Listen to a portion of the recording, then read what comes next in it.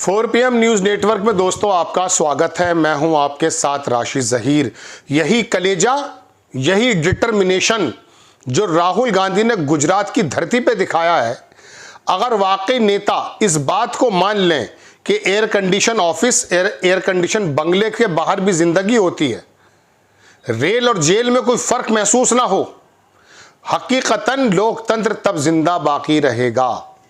घरों में अगर बैठ जाएंगे, विरोध करना संवैधानिक तरीके से करना बंद कर देंगे, तो यकीन मानिए हालात फिर ये होंगे कि महाराष्ट्र के अंदर चलती चलाती सरकार के मंत्री अपने पार्टी के अध्यक्ष के पास जाके हाथ जोड़कर कह रहे थे कि ईडी जेल भेज देगी, लिहाजा हमें गद्दारी करने दो। नाम मैंने किसी का लिया नहीं है, अंदाजा आपको है।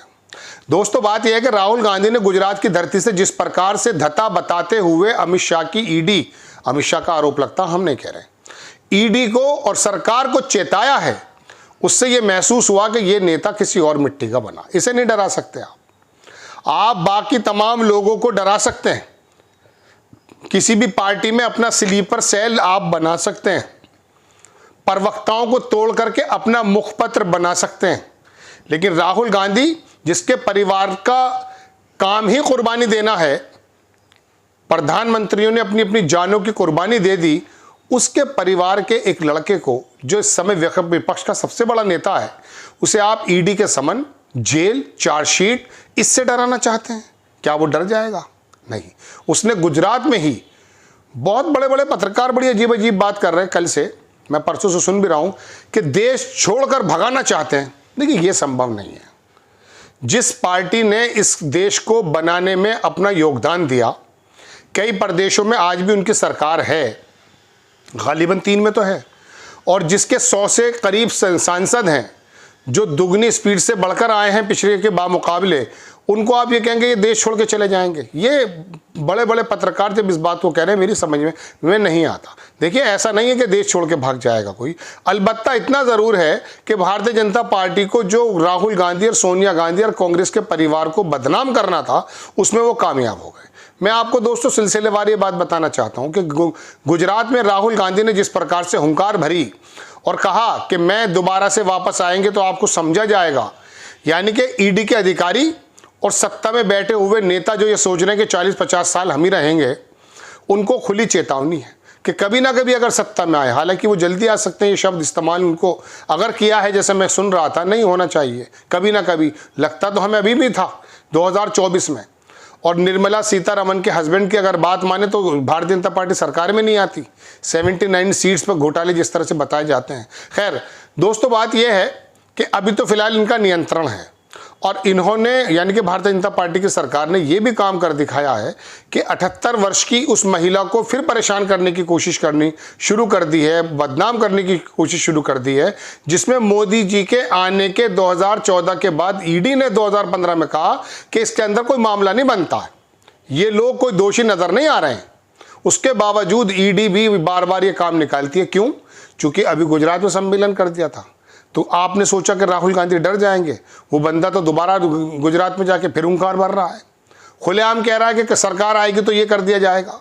हालांकि दोस्तों मैंने एक एपिसोड बनाया जिसमें मैंने कहा कि संविधान तो वही मौजूद है, आज भी वही काम करना चाहिए संवैधानिक जो सरकार आने के बाद आप करेंगे, लेकिन जाहिर सी बात है संविधान को इम्प्लीमेंट करने के लिए, धाराओं को लगाने के लिए, लोगों को उस संविधान के अंदर कह सकता हूँ कसौटी पे कसने के लिए तंत्र की जरूरत होती है। अब वो तंत्र बन गया दरअसल धार्मिक पशु, ये कहते हैं लोग। आज के हालात ये हैं कि बंगाल का जब एक जज ये कहता है सांसद बनने से पहले और रिटायरमेंट लेने के बाद कि साहब मैं तो 30 बरस से आरएसएस का दिलदादा हूं, तो पता चल जाएगा कि उसके जुडिशरी में आरएसएस की क्या क्या सोच आई होंगी। और आज देखने में नजर आता है। अभी कोरोना के दौरान दोस्तों मेरे एक वीडियो लीक हुआ, ऑडियो, उसमें एक सीओ डीजीपी से बात कर रहा था, और वो डीजीपी जैन थे। तो उन्होंने कहा वो ऐसे ऐसे बात है, कुछ अपनी प्रशासनिक बातें करने लगे।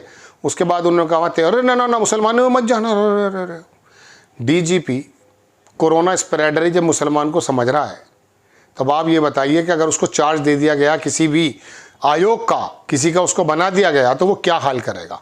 एक बड़ा पत्रकार है, बूढ़ा, मैं रजत शर्मा के चैनल को देख रहा था 6 महीने पहले, जिस शहर से मैं ताल्लुक़ रखता हूँ, उस शहर के बारे में एक 100% झूठी खबर बता रहा था। खबर क्या थी सुनिए। वो कह रहा था कि वहाँ पर मुसलमान गुंडों ने किसी एक वैश्य जमात की लड़की को अगवा करके ले गए, 3 महीने 2 महीने से अपने पास रखा, ऐसी बात। और उसके बाद फिर उसको जो है ना कुछ धार्मिक या राजनीतिक लोगों ने किया, उसकी शादी वाले दिन फिर उठा के ले गए। उसके अंदर लोकल के एडमिनिस्ट्रेशन शामिल था। आपको प्रकाश झा की फिल्म याद नहीं आ रही?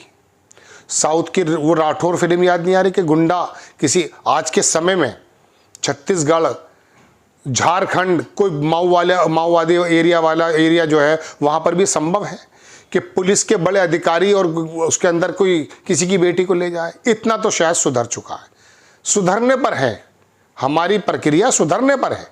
जानवर से जो बना करता था पहले, पत्ते बांध के फिरते थे ना लोग, आज भी बहुत से लोग ऐसे हैं जो दिमाग में रखते हैं, लेकिन फिर भी इंसानियत की तरफ को ज़्यादा चल गए। लेकिन ये बात अलग है कि वो इंसान बन के भी धार्मिक पशु बन गए, वो बात दीगर है। लेकिन दोस्तों बात यह है कि ऐसे समय में जब राहुल गांधी को आप डराना चाहते हैं, धमकाना चाहते हैं, वो तो डरा नहीं है बंदा, उसने तो खुलेआम आपको चुनौती दे दी है। सुप्रीम कोर्ट के सामने जिस प्रकार से आप दलीलें देते हैं, अब ये चार्जशीट दाखिल की गई है, ईडी ने की है। अब ये बात ये है कि आप चार्जशीट, अब गिरफ्तार तो आप करने से रहे, अब आप ये करेंगे पूरी की पूरी जो क्या कहते हैं आपकी जो चुनावी सभाएं होंगी, अरे सोनिया गांधी चार्जशीटेड है, अरे राहुल गांधी चार्जशीटेड है। अरे चार्जशीट वो आप बता तो रहे ना, वो तो पता चल जाएगा।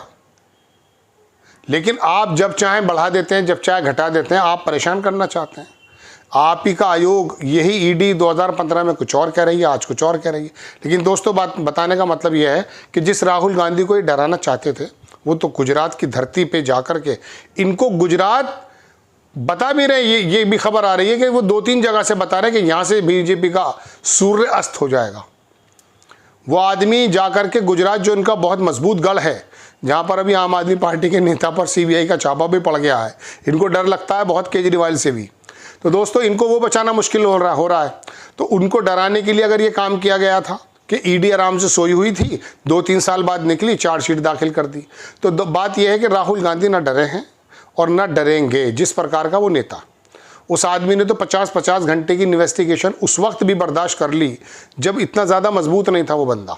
आज तो उसके पास 100 सांसद हैं लगभग, और विपक्ष का सबसे बड़ा नेता है वो। आप क्यों परेशान करना चाहते हैं? मगर बहरहाल दोस्तों बात यह है, आपको लगता यह है कि बड़ा स्मूथली देश चल रहा है। हकीकतन बात तो यह है कि तंत्र, व्यवस्थाएं, विभाग, राजनीतिक गलियारे, वहाँ एक अलग दुनिया है। अगर आप सोचते हैं ना ये किताब है, ये कानून है, ये पुलिस वाला है, ये सीबीआई है, इसके मुताबिक डंडा मारा, रिपोर्ट कराई, ना ना ना ना, कुछ और चलता है। डंडा मारा, रिपोर्ट करी पुलिस वाला, तब वहाँ जाएगा जब भारतीय जनता पार्टी के नेता का उसके अंदर हस्तक्षेप होगा। और अगर मिसाल के तौर पर अपनी मर्जी से चल रहे हैं और वहाँ से कोई फ़ोन आ गया तो फिर उसकी जो है सुस्त हो जाती है। तो ये चल कुछ और रहा है, हो कुछ और रहा है। लेकिन ऐसे समय में विपरीत विषम परिस्थितियों में राहुल गांधी की हुंकार भरना वाकई ईडी, सीबीआई और तमाम तंत्र और बीजेपी के बड़े बड़े नेताओं को एक जवाब है कि जब असल राजनीति से निकला हुआ नेता जब आपका सामना करता तो आप उसको डरा नहीं सकते। आपको खबर कैसी लगी अपनी राय कमेंट्स बॉक्स में ज़रूर दीजिए। चैनल को सब्सक्राइब कीजिए, शेयर कीजिए। नेक्स्ट टाइम मैं किसी खबर के साथ हाजिर होता हूँ। जय हिंद।